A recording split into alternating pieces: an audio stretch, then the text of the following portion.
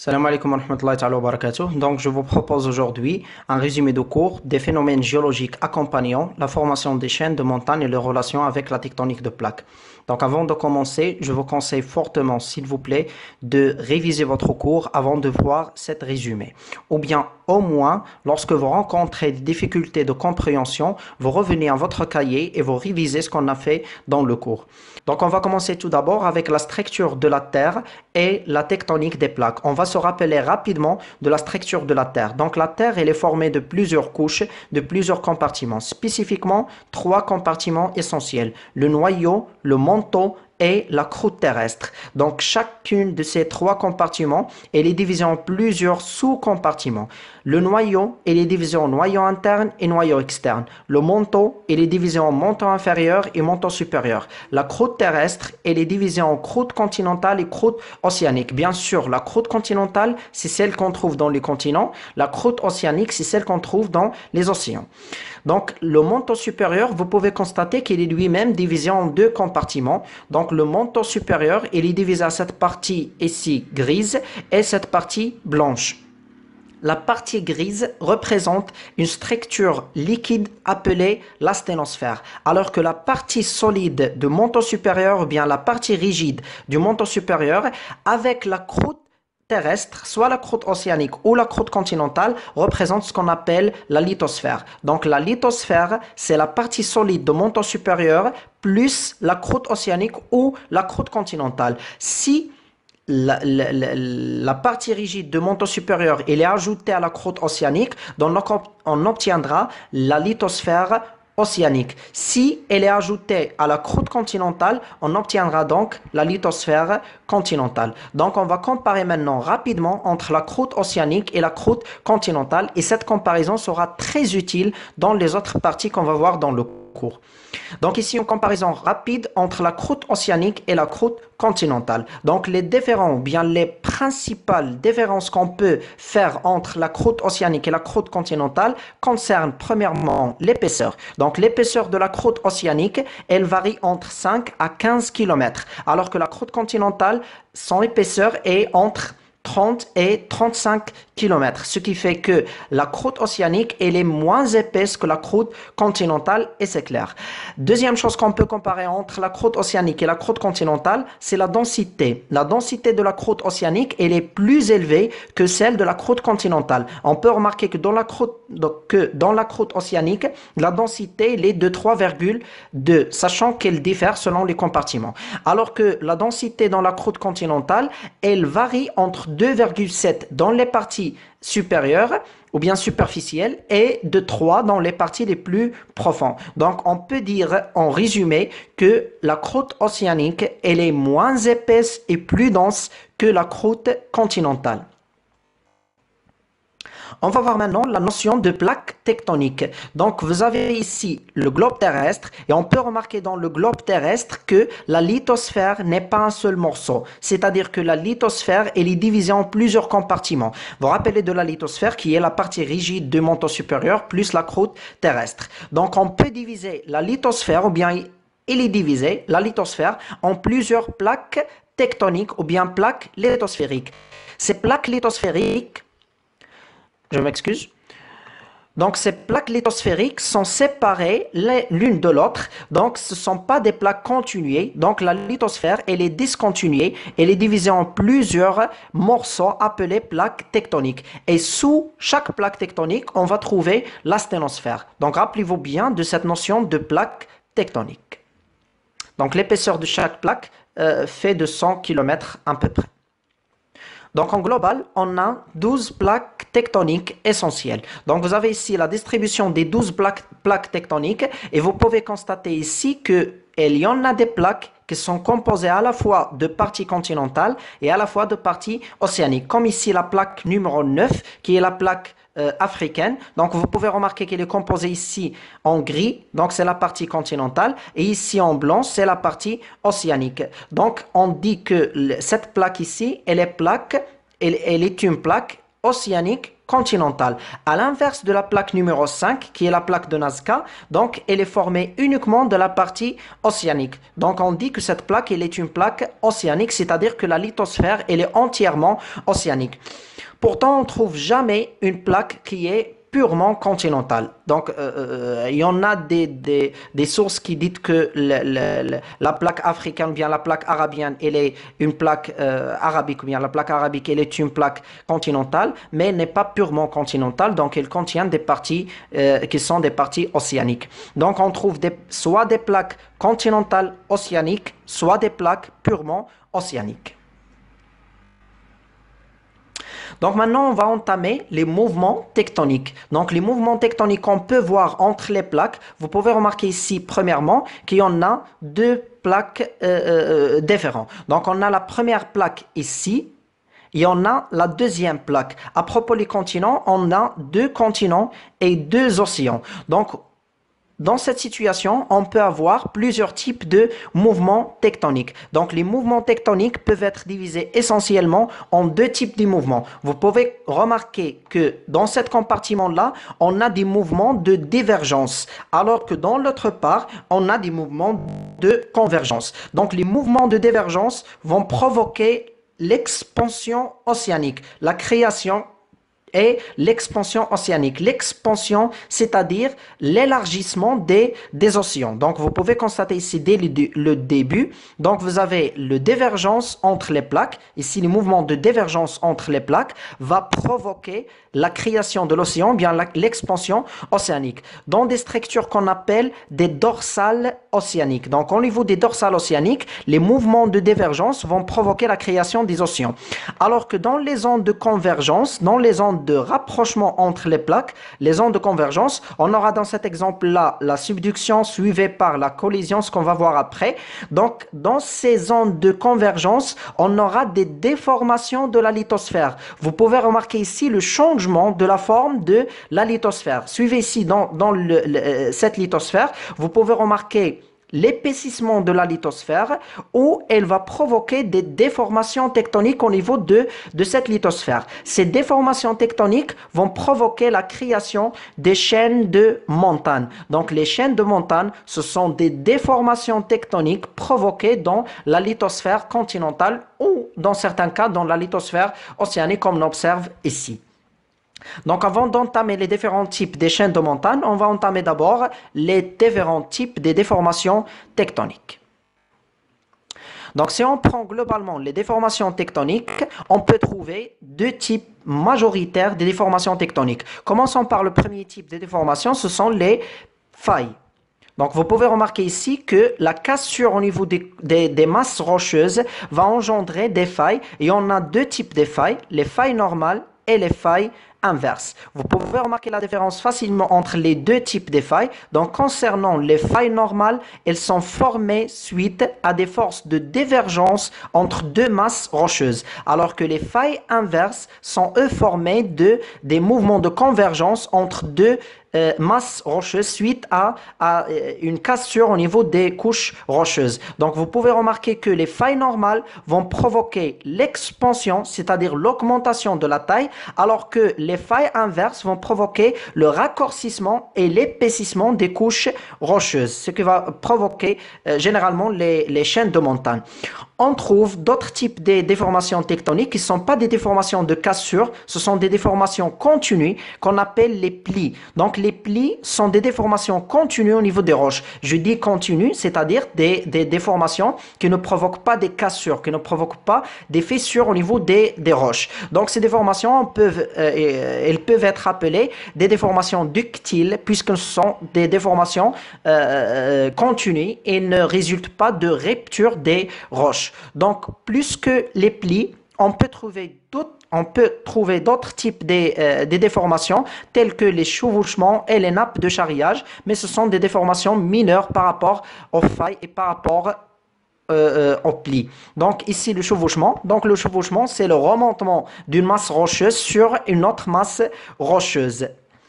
Le chevauchement peut être suivi par la formation de nappes de charriage, comme on va voir tout de suite. Donc la nappe de charriage, elle est formée suite à des forces de convergence suivies par l'isolement de la masse rocheuse remontée sur l'autre masse. Donc cette masse va être isolée soit par l'érosion, soit par d'autres facteurs qu'on va peut-être voir dans les parties suivantes. Donc ici, ce qui concerne les déformations tectoniques. Donc on va passer maintenant trois types de chaînes de montagnes. Donc la convergence, comme on a dit précédemment, la convergence va provoquer la formation des chaînes de montagnes à travers la déformation des plaques tectoniques ou bien à travers la déformation des lithosphères. Donc on aura la formation essentiellement de trois types de chaînes de montagne, donc les chaînes de subduction, les chaînes d'abduction, les chaînes de collision. Donc concernant les chaînes de subduction, ce sont les chaînes où on a l'enfouissement de la lithosphère océanique sous la lithosphère continentale. Comme on peut remarquer ici, l'enfouissement de la lithosphère océanique sous la lithosphère continentale. Dans ce cas-là, on aura la subduction. Deuxième type de chaînes, c'est les chaînes d'abduction. L'abduction, c'est l'inverse de subduction. Donc l'abduction, c'est le remontement de la lithosphère océanique sur la lithosphère continentale et on va voir que c'est un cas particulier. À propos des chaînes de collision, donc la collision de deux croûtes continentales. Donc la collision, c'est l'affrontement de deux masses rocheuses continentales. Ici, la subduction, l'enfouissement de la lithosphère océanique sous-continentale. L'abduction, remontement de la lithosphère océanique sur la lithosphère continentale. La collision, c'est l'affrontement de deux masses rocheuses, les deux sont continentales. Donc on va détailler chaque type de manière distincte. Donc on va commencer par les chaînes de subduction. Donc la subduction peut être résumée grosso modo dans cette animation-là. Donc la subduction, suite à des forces de convergence, la lithosphère océanique va s'enfouir sur la lithosphère ou bien sous la lithosphère continentale. Pourquoi? Parce qu'on a déjà vu que la lithosphère océanique, elle est plus dense, c'est la lithosphère océanique. Donc, elle est plus dense que la lithosphère continentale. La densité élevée de la lithosphère océanique va provoquer l'enfouissement de cette lithosphère sous la lithosphère continentale qui est plus épaisse et qui est moins dense. Donc, selon les lois de physique régulière, donc les matières les plus denses vont s'enfouir sous les matières les moins denses. Donc, l'enfouissement de la lithosphère océanique sous la lithosphère continentale. Bien sûr, cet enfouissement va provoquer d'abord des déformations tectoniques. Ici, vous pouvez remarquer ici, je vais relire l'animation. Donc, vous pouvez remarquer ici l'épaississement de la lithosphère continentale à travers des déformations. Donc, on trouve ici des plis, on va trouver des failles, on va trouver des chevauchements, etc., etc. Donc, cette déformation va provoquer la formation des chaînes de montagnes de subduction. Les autres caractéristiques, les séismes, les volcans, la fusion partielle, etc., on va les voir dans les étapes suivantes. Donc ici, les chaînes de montagnes de subduction sont caractérisées par plusieurs caractéristiques. D'abord, les déformations tectoniques, les fosses océaniques, les prismes d'accrétion, les séismes selon le plan de Benioff, les anomalies thermiques, les fusions partielles et les volcans andésitiques et les roches andésitiques. Donc on va commencer tout d'abord par les déformations tectoniques. Donc c'est trop clair que lors de l'enfouissement de la lithosphère océanique sous la lithosphère continentale, on aura bien sûr des déformations tectoniques. Donc, bien sûr que la lithosphère continentale sera déformée suite à des forces tectoniques exercées sur cette lithosphère continentale. Donc, premier indice, première caractéristique de chaîne de subduction, c'est la présence des déformations tectoniques. Et on note, s'il vous plaît, que les déformations tectoniques sont bien un caractéristique, ou bien l'un des caractéristiques des chaîne de subduction, mais non pas un indice que la chaîne est une chaîne de subduction. C'est-à-dire, si on a trouvé des déformations tectoniques, ça veut dire pas que cette chaîne, elle est une chaîne de subduction. Donc, elle peut être des chaînes d'abduction, bien de collision. Dans tous les types de chaînes, bien dans tous les types de chaînes, on trouve des déformations tectoniques. Donc, les déformations tectoniques caractérisent les chaînes de subduction comme les autres chaînes qu'on va voir. Donc, deuxièmement, la fosse, bien les fosses océaniques. Donc, les fosses océaniques sont facilement repérées dans les ondes de subduction. Donc, ici, par exemple, vous avez une structure qui a été formée ici entre la lithosphère enfouissée et la lithosphère chevauchant, c'est-à-dire la lithosphère continentale. Cette structure-là, donc vous pouvez la remarquer ici exactement. Cette structure-là se situe exactement dans la zone de convergence. Cette structure, elle se forme de profondeurs qui sont plus élevées, appelées la fosse océanique, et on trouve plusieurs fosses océaniques dans les zones de convergence. Donc, les fosses océaniques, ce sont ces structures profondes qui se forment dans les zones. Donc, jusqu'à maintenant, on a vu les déformations tectoniques et la fosse, ou bien les fosses tectoniques. Donc, les fosses tectoniques, ce sont ces structures profondes qui se forment entre les deux lithosphères affronties. Donc, pour le prisme d'accrétion, on passe à la troisième caractéristique, le prisme d'accrétion. Donc, le prisme d'accrétion, tout simplement, c'est une accumulation des sédiments marins écaillés de la lithosphère continentale, bien lithosphère océanique, enfouissée. Donc, lorsque la lithosphère océanique va s'enfouir sous la lithosphère continentale, tous les sédiments qui seront, ou bien qui sont déjà déposés dans la lithosphère océanique, seront écaillés et ils seront accumulés sous forme de prisme d'accrétion. Donc, le prisme d'accrétion, c'est l'accumulation des sédiments marins déjà déposés dans la lithosphère continentale. Donc, c'est le troisième indice des chaînes de subduction. Donc, on va passer au quatrième indice, ou bien quatrième caractéristique des chaînes de subduction, ce qu'on appelle les séismes, et non pas uniquement les séismes selon le plan de Benioff. Donc, si vous pouvez remarquer ici, comme vous pouvez remarquer ici, donc, l'enfouissement de la lithosphère océanique sous la lithosphère continentale va provoquer des frottements, des contacts entre la lithosphère océanique et la lithosphère continentale. Ces frottements entre la lithosphère océanique et la lithosphère continentale vont bien sûr provoquer des séismes, des foyers sismiques. Donc, ces foyers sismiques vont propager des ondes sismiques qui vont donner l'apparition des séismes. Donc, comme vous pouvez remarquer, les séismes ici, dans les ondes de subduction, les séismes sont liés au frottement des frottements entre la lithosphère océanique et la lithosphère continentale. C'est-à-dire que les foyers sismiques seront répartis exactement dans la zone de contact entre la lithosphère océanique et la lithosphère continentale. Donc, cette répartition des séismes, elle est appelée le plan de Benioff, qu'on peut remarquer ici. Donc, ici, c'est la fosse océanique, c'est la partie continentale et c'est la partie océanique. Donc, vous pouvez remarquer que ces points noirs, ce sont les foyers sismiques.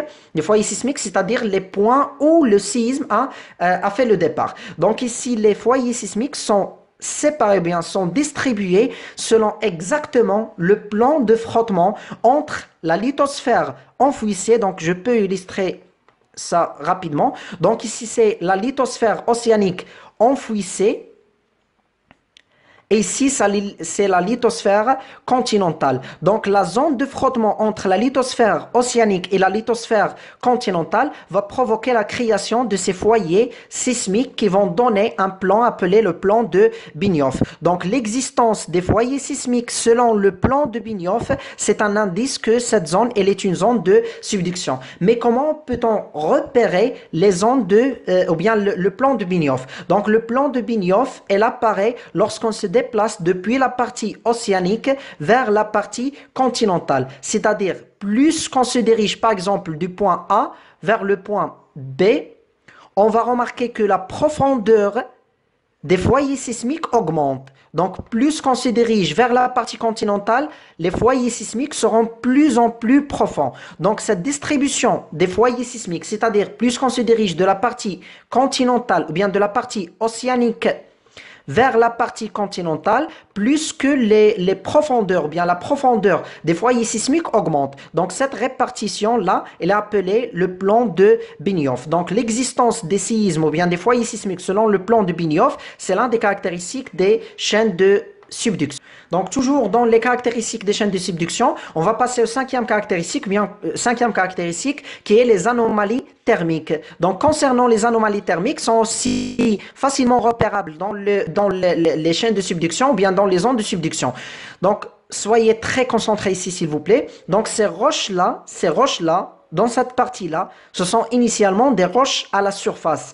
Et selon le gradient géothermique, plus qu'on se dirige vers les grandes profondeurs, on aura des températures qui sont croissantes. C'est-à-dire, dans la surface, il y a des températures faibles et plus qu'on se dirige vers les profondeurs, on va trouver des températures plus en plus élevées. C'est-à-dire que cet compartiment-là doit être plus chaude que cet compartiment-là. C'est-à-dire que plus qu'on se dirige vers les profondeurs, on doit trouver des températures plus en plus élevées. C'est-à-dire que ces roches-là, ce sont des roches à faible température. Pourquoi? Parce qu'elles sont des roches de surface. Lors de l'enfouissement, lors de la subduction, ces roches à faible température vont s'enfouisser dans des grandes profondeurs. Donc on aura dans ces zones-là, on aura des roches de surface à faible température dans des profondeurs qui sont trop élevées. C'est-à-dire que si on se dirige depuis la surface vers les grandes profondeurs, par exemple ici, on va rencontrer des roches, ici, on va rencontrer d'autres roches plus chaudes, et ici, des roches plus chaudes, et lorsqu'on rencontre la lithosphère océanique, donc on va rencontrer des roches qui sont plus froides. C'est-à-dire ici, on va trouver des roches qui sont des roches froides dans des grandes profondeurs. Pourquoi? Parce que l'origine de ces roches-là, c'est la surface et non pas cette profondeur. Donc, elle arrive à ces profondeurs-là grâce à la subduction. Donc, on va trouver comme des anomalies thermiques, c'est-à-dire des points qui sont pas, ou bien des points qui ont des températures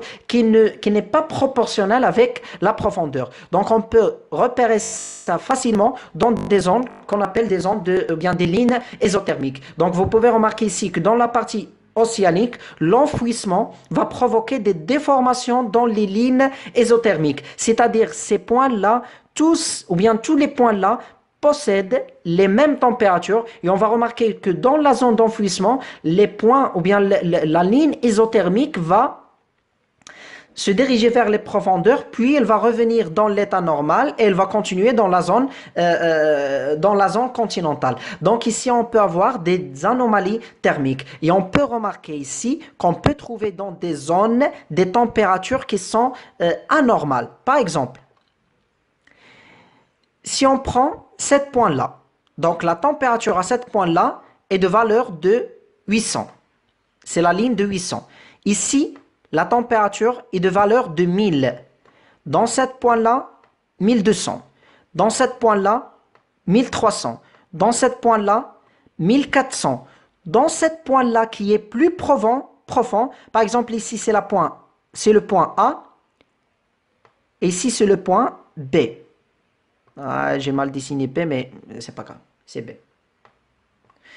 Donc ici, le point B, elle est plus profond que le point là. Et pourtant, ils ont la même température. Et ce n'est pas l'état normal. L'état normal, c'est que si on se dirige de plus en plus profond, on doit trouver des températures plus en plus élevées. Donc ici, on a trouvé deux points de température pareille, mais de profondeur différente. Ce sont des anomalies thermiques. Et plus que ça, si on se dirige plus vers les profondeurs, on va trouver des températures plus basses. C'est-à-dire que le gradient géothermique a été inversé. C'est-à-dire ce point-là, elle a une température de 1000 degrés Celsius. Alors que le point A, qui est de profondeur moins élevée, elle a une température de 1400. C'est-à-dire que ce point-là, qui se trouve dans des profondeurs plus élevées, a des températures plus basses que des points que se trouvent dans des profondeurs qui sont faibles. Donc ici, on parle des anomalies thermiques, c'est-à-dire des malformations des lignes ésothermiques.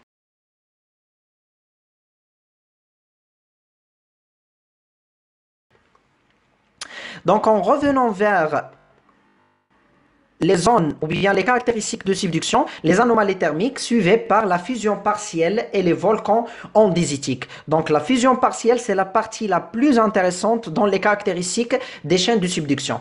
Donc, pour la fusion partielle, dans le manteau supérieur, on trouve une roche appelée le péridotite. Donc, le péridotite minéral ou bien roche. Donc, le péridotite, il est fusionné, c'est-à-dire transformé en magma dans une température équivalente à 2000 degrés C. Ça, en absence d'eau. C'est-à-dire le péridotite non hydraté, elle va se transformer en magma dans une température de 2000 degrés C. C'est le péridotite non hydraté. Alors qu'en présence d'eau, c'est-à-dire le péridotite hydraté, va se transformer en magma à seulement 1200 degrés C. C'est-à-dire le péridotite en absence d'eau, elle nécessite des températures extrêmement élevées pour qu'elle soit transformée en magma. Alors que le péridotite en présence d'eau, elle nécessite uniquement 1200 degrés Celsius ou inférieur pour se transformer en magma.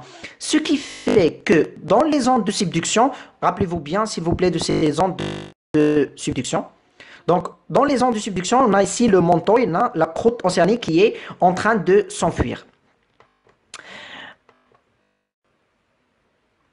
Donc ici, dans les ondes de subduction, la croûte océanique elle est en train de s'enfuir. Donc, ces ondes-là ou bien ces roches-là vont être pressées par des grandes pressions, ce qui va provoquer des réactions minéralogiques. Je vais expliquer ça de manière plus simple. Donc, si on observe ici ces roches, donc la position initiale de ces roches-là, c'est la surface. Et avec l'enfouissement, ces roches vont être ramenées vers des profondeurs qui sont plus élevées. Avec l'augmentation de la profondeur, la pression exercée sur ces roches augmente. Et l'augmentation de la pression exercée sur ces roches de surface, c'est-à-dire les roches de la croûte océanique, l'augmentation de la pression va provoquer des réactions minéralogiques. Les roches de la croûte océanique sont composées de plusieurs minéraux. Donc, ces minéraux, suite à cette pression exercée, elles vont commencer des réactions. Ces réactions vont libérer des molécules d'eau. Donc, la libération de l'eau va permettre l'hydratation du péridotite et avec l'hydratation du péridotite, le péridotite va se transformer en magma. C'est ce qu'on appelle la fusion partielle. Vous constatez donc que sans hydratation de péridotite, la température existante dans le manteau, qui est une température qui varie entre 1000 et 1200 degrés Celsius, n'est pas suffisante pour transformer le péridotite en magma en absence d'eau, comme on a vu dans le diapositive précédent. Donc ici, en absence d'eau, on a besoin de 2000 degrés Celsius pour transformer le péridotite en magma, alors que le manteau supérieur a une température de 1000 à 1200 degrés Celsius. C'est-à-dire que le péridotite dans l'état normal, non hydraté, ne va pas transformer en magma. Mais avec la libération de l'eau ou bien d'eau par la croûte océanique, l'eau va hydrater la péridotite et donc la température ou bien le péridotite et la température de 1000 à 1200 degrés Celsius sera suffisante pour transformer le péridotite en magma. Si qu'on observe dans les ondes de subduction. Donc, dans les ondes de subduction, le péridotite il est transformé en magma. C'est ce qu'on appelle la fusion partielle de péridotite. Et c'est ce que vous pouvez remarquer dans l'animation. Donc ici, dans l'animation, elle est représentée la fusion de péridotite et je vous rappelle que cette fusion de péridotite n'est pas possible qu'à la présence d'eau. Donc, la libération d'eau par la croûte océanique va provoquer la fusion de péridotite existant dans le manteau supérieur. Donc, ici, c'est la fusion partielle de péridotite. Donc, elle est suivie toujours par ce qu'on appelle les volcans andésitiques. Donc ici, les volcans andésitiques, c'est uniquement le remontement du magma à la surface. Donc ici, le magma formé par la fusion partielle du péridotite, elle va remonter à la surface en provoquant des volcans andésitiques. Donc la libération du magma, elle va provoquer les volcans andésitiques. On note que dans certains cas, le magma n'arrive pas à remonter à la surface, donc elle reste enfermée dans la croûte continentale. Elle va se consolider dans la croûte continentale en formant ce qu'on appelle le granit. Donc le magma va se refroidir dans la croûte continentale et elle va donner des pelotons granitiques, donc la formation du granit. Donc en revenant vers les caractéristiques de subduction, il ne reste que les roches andésitiques. Donc concernant les roches andésitiques, ce sont des roches qui se trouvent très abondamment dans les ondes de subduction. Donc, ce sont des roches qu'on trouve souvent dans les ondes de subduction. C'est la structure externe des roches andésitiques. Vous pouvez remarquer cette structure externe des roches andésitiques. Si on observe une lame mince, donc c'est pas la peine d'expliquer ce que ça veut dire une lame mince, mais c'est une méthode d'observation microscopique des roches. Donc on va observer sous la microscopie, on va observer les roches andésitiques et on va remarquer deux structures distinctes. Donc on va remarquer cette structure sous forme de matrice noire. Donc cette matrice noire, elle est appelée verre. Rappelez-vous bien. Donc elle est appelée verre. À l'intérieur du verre, on va trouver des cristaux. Donc, ces belles structures-là sont appelées des cristaux, de taille bien sûr variable. Donc, les roches andésitiques sont formées par le verre, la matrice du verre, et elle est formée de cristaux. Ce qui est intéressant pour les roches andésitiques, c'est que les conditions de formation du verre sont des conditions contraires aux conditions nécessaires pour la formation des cristaux. Le verre, suivez avec moi, restez concentrés s'il vous plaît.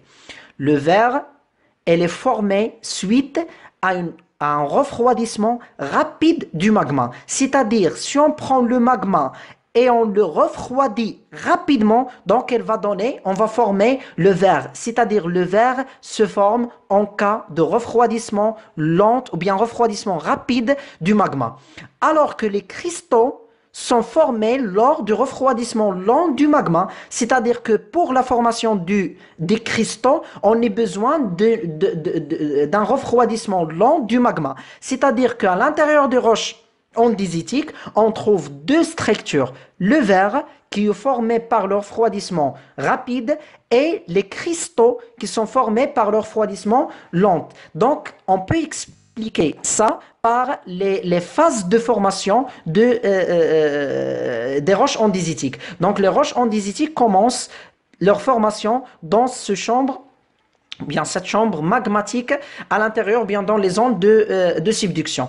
Donc, ici, le magma va commencer un refroidissement qui est lent. Donc, le refroidissement lent, il est uniquement périodique, c'est-à-dire qu'il ne va pas continuer. Donc, lors de refroidissement lent, je m'assure que vous arrivez à suivre. Donc ici, le refroidissement lent va provoquer la formation de cristaux qu'on a déjà observés dans, les cristaux qu'on a déjà observés dans les roches andésitiques. Donc le refroidissement lent du magma va provoquer la formation des cristaux. Mais ce refroidissement lent ne va pas continuer. À un moment donné, le magma va remonter à la surface et elle va subir le refroidissement rapide, ce qui va donner naissance à la formation de matrice, bien de la matrice verre, vitreux, bien vitreuse. Donc ici, les phases de formation des roches andésitiques sont divisées en phase de refroidissement lent qui va permettre la formation des cristaux et phase de refroidissement rapide qui va permettre la formation de la matrice vitreuse. Donc en revenant vers les caractéristiques des chaînes de subduction, on a achevé les 7 caractéristiques des chaînes de subduction qui sont les déformations tectoniques, les fosses océaniques, le prisme d'accrétion, les séismes selon le plan de Benioff, l'anomalie thermique ou bien les anomalies thermiques, la fusion partielle des péridotites et les volcans andésitiques, ainsi que l'existence des roches andésitiques. On va passer maintenant au deuxième type des chaînes de montagne, qui est les chaînes d'obduction. Donc, concernant les chaînes d'obduction, on a dit déjà que c'est l'inverse de la subduction, c'est-à-dire l'augmentation, bien le remontement de la lithosphère océanique sur la lithosphère continentale. Donc, la subduction, on a un exemple qui est donc l'exemple le plus probant des chaînes d'obduction, c'est l'exemple d'Oman, les chaînes d'Oman, donc qui est l'affrontement de la plaque eurasiatique avec la plaque arabique. Donc l'obduction a commencé par une subduction intra-océanique. Donc la subduction intra-océanique signifie la subduction d'une lithosphère océanique sous une autre lithosphère océanique, c'est-à-dire subduction à l'intérieur de l'océan. Cette subduction est appelée subduction intra-océanique. La subduction intra-océanique va continuer jusqu'à l'épuisement de la lithosphère océanique subduite, c'est-à-dire la lithosphère océanique qui a été enfouissée, elle va être épuisée, c'est-à-dire la subduction totale de la lithosphère enfouissée. Et on arrive à la marge continentale. Ici, lorsqu'on arrive à la marge continentale, donc on aura l'arrêt de subduction. Donc l'arrêt de subduction, c'est à cause de la différence entre la densité de la lithosphère océanique et la lithosphère continentale. Donc c'est impossible que la lithosphère océanique va enfouissée sous la lithosphère, bien la lithosphère continentale va s'enfouisser à l'intérieur, bien sous la lithosphère océanique, ce qui provoque l'arrêt de subduction. Donc l'arrêt de subduction, avec la continuité des forces tectoniques, va provoquer le remontement, je vais m'expliquer ici plus clairement. Donc l'arrêt de subduction va provoquer le remontement de la lithosphère océanique sur la lithosphère continentale. Donc ici, la lithosphère océanique a remonté sur la lithosphère continentale et elle a provoqué l'apparition de ce qu'on appelle l'ophiolite. Donc l'ophiolite est un complexe qui caractérise les croûtes océaniques. C'est-à-dire que l'ophiolite, elle existe exclusivement au niveau de la croûte océanique. Donc les conditions de formation d'ophiolite n'existent pas dans les domaines continentaux. C'est-à-dire l'ophiolite ne se forme jamais dans un domaine continental. Il se forme uniquement au niveau des dorsales océaniques. Si vous vous rappelez des dorsales océaniques, les ondes de divergence, la création, l'expansion des océans.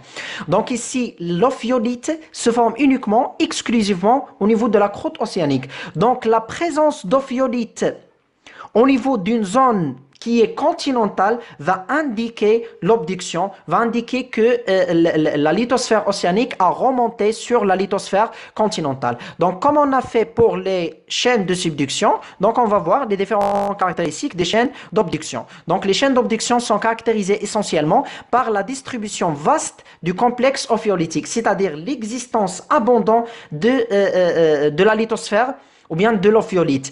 Aussi, l'abondance ici c'est supplémentaire.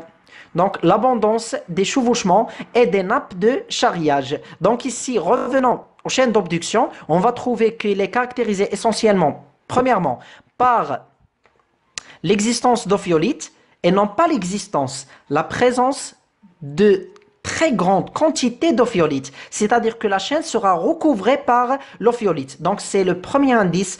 Première caractéristique des chaînes d'obduction, c'est la distribution vaste de l'ophiolite, suivie par les chevauchements. Vous vous rappelez des chevauchements qu'on a vu pendant l'étude de déformation tectonique. Donc ici, les chevauchements, c'est l'un des caractéristiques déterminants des chaînes d'obduction. Donc vous pouvez remarquer que l'obduction, elle est en majorité un chevauchement. Donc les chevauchements vont caractériser, c'est-à-dire le remontement, va caractériser les chaînes de subduction, les chaînes d'obduction. Ainsi que les nappes de charriage. Vous vous rappelez des nappes de charriage? Donc les nappes de charriage, certaines roches vont être déplacées loin de leur lieu de formation. C'est-à-dire qu'on aura par exemple des roches initialement ici dans cette zone-là et avec le remontement dans cette zone-là par exemple et avec le remontement de la lithosphère océanique sur la lithosphère continentale, ces roches-là vont être déplacées vers des compartiments plus loin et elles vont former des nappes de charriage. Ainsi que la séparation, les fissures et la séparation de certaines parties de la lithosphère océanique chevauchant, donc elles vont provoquer la formation des nappes de charriage. Donc, deuxième caractéristique, c'est l'existence des nappes de charriage, l'abondance des nappes de charriage. Donc, on peut trouver des indices de subduction dans les zones d'obduction. Pourquoi? Parce que l'obduction, elle est précédée toujours par la subduction. Donc, lors de la subduction, on peut avoir des volcans, on peut avoir la fusion partielle qu'on a vue pendant la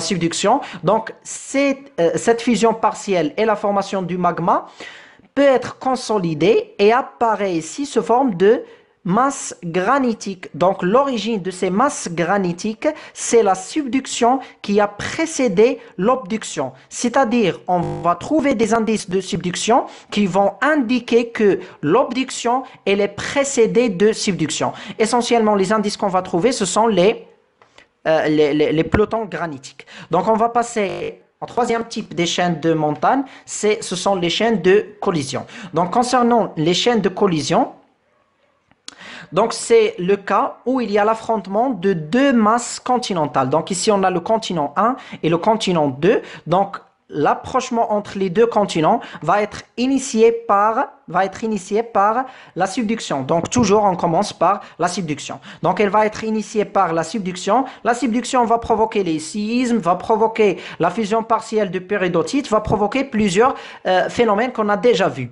Donc la subduction va continuer jusqu'à l'épuisement, vous pouvez remarquer ici, jusqu'à l'épuisement de la lithosphère enfouissée, c'est-à-dire cette lithosphère qui est en train de s'enfouir sous la lithosphère continentale. Donc cet enfouissement va s'arrêter lorsque la lithosphère elle est totalement enfouissée. Donc dans ce cas-là,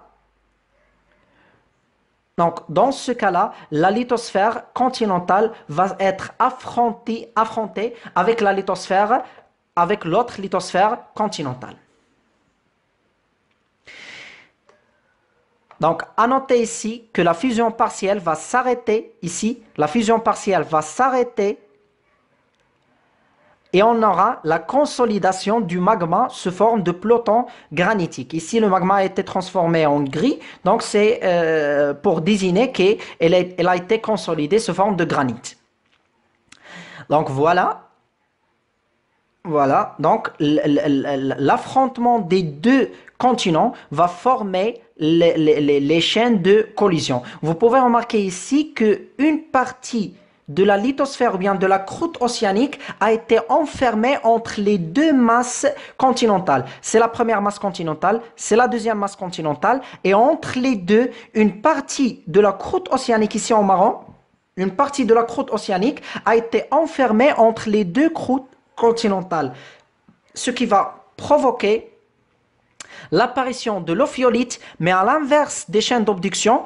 On a dit pour les chaînes d'obduction que l'ophiolite sera distribué de manière vaste, alors que dans les chaînes de collision, on va trouver que l'ophiolite existe uniquement, exclusivement entre les deux masses rocheuses. Vous pouvez remarquer ici, dans cette partie-là, il y a des sédiments marins. Donc vous pouvez remarquer ici, lors de collision entre les deux masses rocheuses, des sédiments marins ont été enfermés entre les deux masses rocheuses. Ces sédiments marins vont signaler que cette zone-là a été une zone de zone marin. Donc toujours dans le cas de subduction ou bien dans le cas de collision, l'océan a été disparu. Donc suivez ici dans le cas de l'océan. Donc l'océan va disparaître suite au rapprochement des deux masses continentales. Donc, grosso modo, les caractéristiques qu'on peut trouver dans les chaînes de subduction, ou bien dans les chaînes de collision, sont, premièrement, les sutures ophiolitiques, la localisation de la chaîne et la violence des déformations tectoniques. Commençons par la suture ophiolitique. La suture ophiolitique, c'est cette structure-là qui se forme entre les deux masses rocheuses.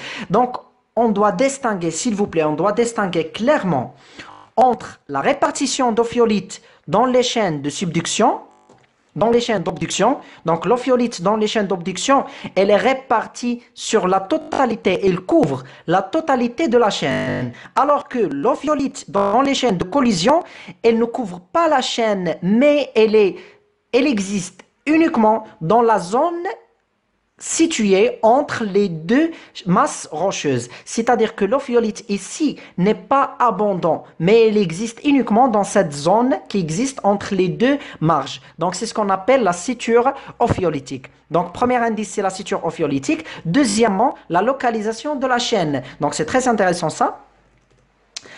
La localisation de la chaîne. La localisation de la chaîne signifie que cette chaîne-là se trouve entre deux marges continentales. À l'inverse de ce qu'on a vu lors de la subduction, je reviens à la subduction ou à l'obduction. Donc ici à l'obduction, cette partie-là, elle est une partie océanique. Et cette partie-là est une partie continentale. Pour l'obduction, cette partie-là est une partie continentale et cette partie-là est une partie océanique. C'est-à-dire, dans la subduction, la chaîne située dans une partie ou bien entre une partie continentale et une partie océanique. Dans l'obduction, aussi la chaîne elle est située entre une partie océanique et une partie continentale. Alors que dans les chaînes de collision, Alors que dans les chaînes de collision, donc la chaîne de montagne, elle est située entre deux compartiments continentaux. Donc, la deuxième, ou bien le deuxième caractéristique, c'est la localisation de la chaîne entre deux marches continentales. Troisièmement, la violence des déformations tectoniques. Donc, vous pouvez remarquer ici que les déformations tectoniques sont très élevées, de très grande amplitude. Donc, ces déformations tectoniques vont indiquer que les forces tectoniques ont été très fortes et les déformations tectoniques ont été trop violentes. Donc, ici, ce sont les trois indices de la collision. Et comme ça, on a terminé cette séance de cours et on continue la prochaine séance, Inch'Allah. On va continuer le cours de métamorphisme, le deuxième chapitre de l'unité 4, les phénomènes géologiques accompagnant la formation de chaînes de montagne et leurs relations avec la tectonique de plaques.